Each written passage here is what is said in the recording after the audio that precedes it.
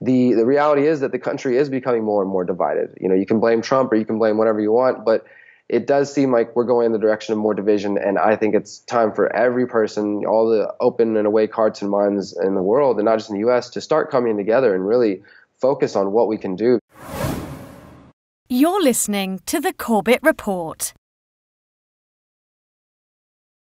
Welcome, friends. James Corbett here, CorbettReport.com. Today is the 30th of January, 2017, and I'm going to be joined today by an old friend of the program who's been on a couple of times. You can check the Corbett Report archives for those conversations. I'm talking to Derrick Broze, the founder of the Conscious Resistance Network at theconsciousresistance.com. He's also the lead investigative reporter at activistpost.com, and you'll recall our recent conversations about freedomcells.org, for example. We also talked about agorism and the work of Samuel Konkin. So those interviews are in the archives, as well as, of course, we touched on the Houston Free Thinkers Project and the Free Thinker House that he's involved with. A lot of fingers in a lot of pies, I suppose. And today we're going to be talking about yet another one of those pies. We're going to be talking about one of the reports that he wrote for activistpost.com that was posted up on January 21st, 2017. President Trump's Attorney General will continue the surveillance state. Perhaps no surprise there, but worth documenting nonetheless. Derrick, thank you for joining us again today. Hey, thank you for having me on, James. All right, so as people may or may not know, the new Attorney General of the United States is Jeff Sessions, who survived the confirmation gauntlet. For those of us non-Americans, for example, or others who haven't been paying attention, who is Jeff Sessions? Jeff Sessions is a senator. He's had a long history. He's been around for quite a while, and in the mainstream world, or like I like to refer to them as the deadstream world, the pundits say he's a racist, he's all these different things, and that's really where the mainstream conversation is focused around the controversy of him. But he's a senator. He's been involved in the game, the political game, for a long time. He's not any anti-establishment person or coming from outside of politics. He's part of this system, very, very much entrenched in it. And as I said, he's got a history with being associated with racism, but I chose in this article to not focus on those issues, instead to look a little bit deeper at what he's associated with and what he talks about. Yes, you do point, for example, to his adherence to the drug war, and of course the total the myth of it, and the fact that anyone who supports it is obviously just trying to increase federal power and destroy lives. But yes, you did choose to focus on a different aspect in this article. You chose to talk about some comments or some of his responses to some of the questions at the confirmation, specifically regarding his take on surveillance, about, for example, what was contained or not contained in the USA Freedom Act and the way he interprets that, as well as the issue of encryption generally and how the Department of Justice might function under Attorney General Sessions. Tell us about that. Sure. So I was researching Sessions because I kept hearing this talk about this racist guy and all the MSNBC and left-leaning media crying about him because of the racist accusations. So I wanted to look into that, and the more I dug into it, there were other issues of concern. Not to say, who knows if he's a racist or not. He seems to be associated with some odd characters, but what we do know is his decisions, his comments related to surveillance should definitely raise some eyebrows for people across the political spectrum. And even if you're a Trump supporter, if you care about freedom, you should, consider what this guy has done in the past. And so as a senator, he definitely opposed the USA Freedom Act, which, despite the failures of that act, because as I mentioned in here, it didn't stop surveillance, as they kind of pitch it, Obama stopped NSA surveillance and your emails are now safe. It's totally not true. They have other tools and other methods to acquire that information. But even that act, which was facetious itself, Sessions opposed that. So he didn't even want some superficial window dressing to address the NSA spying. So that right away should be a red flag. Okay, this guy's not even interested in pretending to care about surveillance. And he continues the old party line that surveillance allows them to catch terrorists and things like that, which I imagine your audience and I know my supporters are very aware that that's proven false time and time over and over again, that mass surveillance doesn't catch terrorists. And for those also who are aware that the United States has been involved in financing terrorists, I think we should pay attention when people like Trump or his appointees talk about international terrorism and global terrorism without mentioning the fact that the U.S. government is involved in funding it. And, that's a very important point to make, because if they're talking about that, and they're talking about addressing the symptoms of this terrorism without addressing the root cause of it, the disease of U.S. financing and funding terrorism, then, they're really just missing the point. And they're either doing that ignorantly, and they should be informed, but these people are very well connected. I would not say they're ignorant in any way. So I would say that suggests something more nefarious, doing something purposefully, not talking about things that need to be talked about. And those are, again, red flags that people should pay attention to. And the Center for Democracy and Technology, they actually did a pretty good report on Sessions. And one of the things they note is that during his hearings, he basically talked against the Freedom Act, as we just discussed, but he also talked against encryption. He apparently supports the use of cell site simulators, stingrays, which is something that I've been following for years now, and especially here in Houston. And if you're paying attention to any of the national surveillance news, you'd know that stingrays are becoming an increasing problem around the nation as local police and federal police, all the different agencies that are being empowered already under the Trump administration, have access to this, from the DEA to the FBI to the NSA to the CIA to tons of other agencies you've never heard of, and your local police department have these tools. And apparently Sessions is okay with that. He doesn't think that they need to have warrants to use those. We also have the Center for Democracy and Technology, the Electronic Frontier Foundation, the Constitutional Alliance, and several other digital civil rights organizations signing a letter and sending this to Senator Leahy, saying that you need to look at the issues, address them with Sessions. They say, "We urge you to carefully investigate Senator Sessions' record on privacy and seek assurances that he will not pursue policies that undermine Americans' privacy and civil liberties." And this isn't just some faux upset from the left. This is actually things you should be concerned with. Sometimes the left and the right, they play these games that they're so, this outrage, they're so outraged. But this is legitimate outrage. I think people who are concerned with liberty and freedom and the future of this nation should really be concerned with. And there's more. I could go on, James, if you like. Well, let's back up for a second and go over some of these points. So, for example, Sure. On encryption, there's a post up on EFF.org, Attorney General nominee Sessions backs crypto backdoors, which notes that in the written response to the question submitted by Senator Leahy to Sessions for his confirmation, Leahy asks the question, "Do you agree with NSA Director Rogers, Secretary of Defense Carter, and other national security experts that strong encryption helps protect this country from cyber attack and is beneficial to the American people's digital security?" I mean, it's a meaningless question, but it's a no-brainer. Yes, I agree would be the answer. However, the answer that Sessions gives is, encryption serves many valuable and important purposes. It is also critical, however, that national security and criminal investigators be able to overcome encryption under lawful authority when necessary to the furtherance of national security and criminal investigations. Now, those words coming from the newly confirmed Attorney General should send shivers down the spine of anyone who's listening to this conversation, but for the heart of thinking, can you spell out what is so bad about giving the government backdoor to encryption technologies? Absolutely. So first off, you really got to listen to what he said. I think he said at least 2, maybe 3 times in there, national security, which has been the catch-all phrase that's been used. The Obama administration, the Bush administration, the Clinton administration, Bush administration, go back. National security is the excuse for nearly everything, in the same way that 9/11 is the 24/7 excuse for everything. They say that whenever they want to do something, and they're trying to, I believe, invoke this feeling in the public, oh, it's national interest. Well, I'm a part of this nation. I'm a part of this community. I'm a part of the government. This is me, right? So it's for my security. I should let them do this. And especially to those who are supporting Trump, who seem to have taken up more of a nationalist kind of outlook. And I know that some people are taking this outlook because they're like, well, nationalism is better than globalism. But that sort of appeal to nationalism or to the nation state is a very easy, as we're seeing, emotional heartstring to tug and to pull and to play people with. So all you have to do is really get them to identify and feel like, oh, this is going to be good for your country, for America, make America great again. And they're willing to go along with it. So I feel like this appeal to national security is probably a part of that.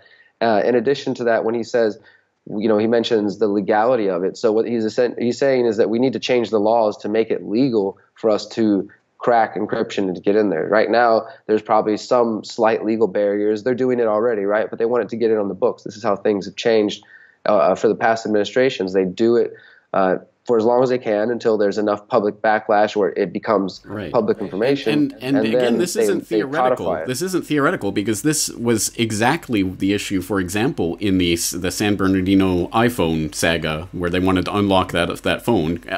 What did they find in there? Oh, right. Nothing of import that ever got reported. But there was this whole legal saga about it. Can the government force Apple to unlock that phone? Yeah. And at the time, what did candidate Trump said? He said, quote, "To think that Apple won't allow us to get into that cell phone. Who do they think they are? No, we have to open it up." Again, this is now the president of the United States. Yeah, absolutely. That should be a red flag and tell people that this is not somebody who's supporting freedom. And the interesting aspect of that, you think that, okay, Trump is a businessman. Would he really be okay if the government came to him and said, hey, we need you to open up Trump Towers and show us something in there? Like, no, he would be fighting them the entire way, and his supporters would cheer him on. They'd be, yeah, Trump's taking on the government. But now if it's reversed and he says, hey, you know what, we need to be able to get in there, and the Apple thing, the iPhone, it's set a precedent now. Now the FBI has been able to get into people's phones. So they have a point to reference to say, well, we did it before, and they let us do it then. So that's how these things happen. They get away with it for as long as they can, then they bring it to your attention, and then they get the public to support it, and then they codify it into law. Well, they stopped right at the doorstep of codifying that into law because they found another way in. They found a company that would help them break into the iPhone so they didn't have to force Apple to do it. But they were on the precipice of setting that legal precedent, and now we know that Trump and his attorney general would be more than happy to set that legal precedent when and if it comes up again. And of course, the whole point of this is even if Sessions and Trump and everyone in the administration is a total angel sent from heaven to look after the public and their interest, the point is if you create backdoors for the government, well, guess what? Any criminal can find those backdoors as well. It is purposefully weakening the security of the systems. It is insanity. And I think that it's also, with this recent news that 1984 is like the best-selling book on Amazon, right? It's getting renewed attention. And when you think about what takes place in 1984, the normalizing of this constant surveillance and Big Brother type tactics, I feel like this is all a part of that as well, because the encryption gets broken down. It's like you said, it's weakening it not only for government criminals, but just street criminals, people out there, anybody who wants to try to get into your information. But it's getting to that point where, like with Amazon Echo, the voice is always listening. There's always somebody listening. So people will come to feel like, well, encryption's not important. It keeps the nation safe. I really should, I should allow them to listen to me all the time. It's probably better for my nation. And I think that's part of this overall push. From the beginning, I've been calling Trump the great divider. I feel like he's really coming in, playing this anti-establishment role to feed into the people who want that and wanted to oppose Obama and wanted to oppose all the things that they didn't like about him. And again, they're willing to make excuses for his behavior. And then on the other side, it's outraging the left, and they're feeling justified in all the things they want to fight about and resisting it. But in reality, when you step back, all it's doing is just tearing people apart. People who maybe would have been willing to work together are now being completely divided by this man, his administration, and by people like Jeff Sessions. Well, that's a good point for a turning point in this conversation, because I always hate to leave people with the doom and gloom without giving them something, of real substance of what they can be doing against this proactively. And of course, I don't think the real answer to this is going to come from government or writing your congressman. So, on that note, of course, we know about your activities there in Houston, but let's remind people about the Houston Freethinkers, about the House. Give them some updates about what's going on there. Yeah, thank you, James. I appreciate that. So I'm in Houston, Texas. I live right near downtown in the east end of downtown. And Houston is a city. There's no zoning or regulations in our city, so that's one of the benefits. You have like churches right next to strip centers and bars and clubs, and it's all just kind of mixed together. And it drives people really crazy who like state regulation, but for those of us who enjoy the freedom of it, it's beneficial. So that means we've been able to, me and two other members of the Houston Freethinkers activist community, which has always been focused on solutions, we moved into the Freethinker House, as I told you before, back in October, and we're using this as a staging ground for the concept of freedom cells.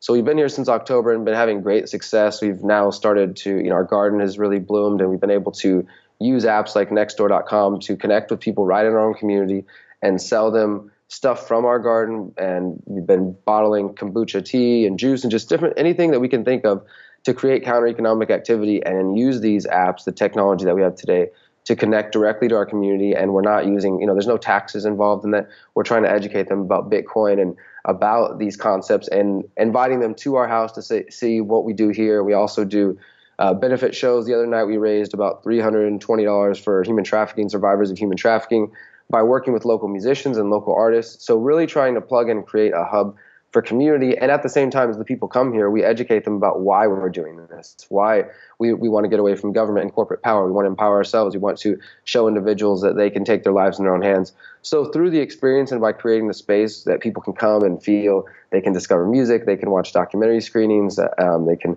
get involved in the garden, or whatever way they want to get involved, we give them a space to see what we're trying to do and hopefully spread that concept. So things have been going great since October, and we were just getting more and more entrenched into the community with our products, and people are starting to stop by because they want to see what we're doing here and hear more about it. So I definitely recommend individuals, whether or not you're in the position to do what we're doing exactly, but to find ways to connect to your community, because the reality is that the country is becoming more and more divided. You can blame Trump or you can blame whatever you want, but it does seem like we're going in the direction of more division. And I think it's time for every person, all the open and awake hearts and minds in the world, and not just in the U.S., to start coming together and really focus on what we can do, because it's going to take some strong bonds, both familial bonds and I would say the bonds of your closest neighbors, to survive whatever's coming, especially if people are willing to, as we're seeing, just take their arguments to the street and beat each other up. Both the Trump supporters and the Trump critics are just willing to duke it out in the streets these days. And that's what things are coming to. People are not willing to have, debates, conversations that actually are enlightening and engaging and learn from each other. They just want to fight. And but there are those of us out here who are looking for something different. I'm so thankful for that. But I think it's time for us to really seize that opportunity, to not sit by idly and just, okay, well, it's another, Trump is just continuing the legacy of everything that's taken place, but things are getting worse, and that's just the part of the plan. So I think it's time for that to come together. So we're excited about that. And the concepts within that are going to be have already been written into the last book in the Conscious Resistance book series that myself and John Vibes have written. And I went to visit John, who's also a writer for the Free Thought Project and other independent media websites. We went to his place in Maryland. He's got a cabin in the woods, and we just stayed there for a week and wrote for about 8 to 12 hours each day. And we completed our book in 1 week. And it now has a title. It's called Manifesto of the Free Humans. And we really feel like it's going to be a powerful guidebook, sort of how to create freedom cells, a new exposition of all the past work that Samuel Konkin did on agorism, and bringing that into the modern era with some expansion on his work. And the last part is just like, here's how we would build an ideal community, take these ideas, use them, and some really practical steps on how to use freedom cells. So we're going to be releasing that in April at the Free Your Mind conference in Philadelphia, and it'll be online for free, download, audiobook, all that good stuff. And then this summer, I'm going to be going on a tour across the country with John. He's actually treating his lymphoma cancer without chemo right now, killing it in all sorts of natural, other holistic ways. So he should be healed by then, by the summer, by July, and we're going to go on tour around the U.S. and help people build freedom cells, tell them how he beat his cancer. We're going to be bringing a couple of musicians with my other 2 roommates from the Freethinker House, talking about what we're doing, and hopefully really inspiring people to create this, because I think it's more important than ever to launch these projects, especially in the face of the Trump era. We're only a week and a couple of days in, and it's not looking like there's going to be much change. So, excuse me, I think it's time for us to really buckle down and to do what we can do. If you believe in voluntarism or creating a voluntary society, what are you doing to bring that into action? I feel like a lot of activists are really becoming armchair activists, or just sitting behind the screen debating. And I talk to some activists, and they're telling me about the meme wars they're involved in. And I'm like, meme wars? This is where your activism is at these days? Like, there's real world things taking place. There's people like yourself who do quality, beautiful reports and help educate people and move them to a place of action. And I try to do the same, as well as being ingrained in the community and showing people, look, this is how easy it can be. Just start growing your own food, selling to people. There's agorism right there. Here's an app that allows you to connect without government involvement. The tools are there. We just need to do it. So I'm really excited about this coming year and what's taking place despite the beginning of the Trump era. I think there is going to be lots of opportunity for positive change. So I hope that people will check that out. And if you're interested in the tour, you can check out theconsciousresistance.com/tour. You know, you are a flurry of activity at all times, but things really seem to be ramping up right now. And for people who are interested in the Manifesto of Free Humanity? Yeah, Manifesto of the Free Humans. Yeah, we haven't put a book up, a book page yet, but actually if you go to youtube.com/conscious resistance, by the time this video is up, I'm putting out a video today that's the sort of official announcement of the book. And later today, Monday, we're going to be releasing the first preview chapter from the book, which I think is quite fitting for our conversation. It's called The Authoritarian Right and Left. And it's talking about how the fascism is coming from all sides these days, and people need to be aware of that. So that'll be out. If you go to theconsciousresistance.com, you'll see that, and our YouTube channel. Very timely indeed. Excellent. Well, I'm glad to hear that. And for people in the Houston area that might be interested in checking out the house? Yeah, check us out on facebook.com/thefreethinkerhouse, or if you're not on Facebook, just go to thehoustonfreethinkers.com, send a message through the contact. I get all that. We're always willing to work with new people. Excellent. Well, it is good that there are activists out there that are still attempting to make change, no matter what government figures are in power and what they're attempting to do. So, Derrick Broze, thank you very much for that. We'll direct people once again to theconsciousresistance.com and to activistpost.com. And of course, the links for everything we've talked about will be in the show notes for this interview. Derrick Broze, thank you again for your time. Thank you, James. The Corbett Report is brought to you by the Corbett Report subscriber, a weekly newsletter featuring James Corbett's International Forecaster editorial, recommended reading and viewing, discounts on Corbett Report DVDs, and once a month, a subscriber-only video. Sign up today to start receiving your copy at corbettreport.com/support.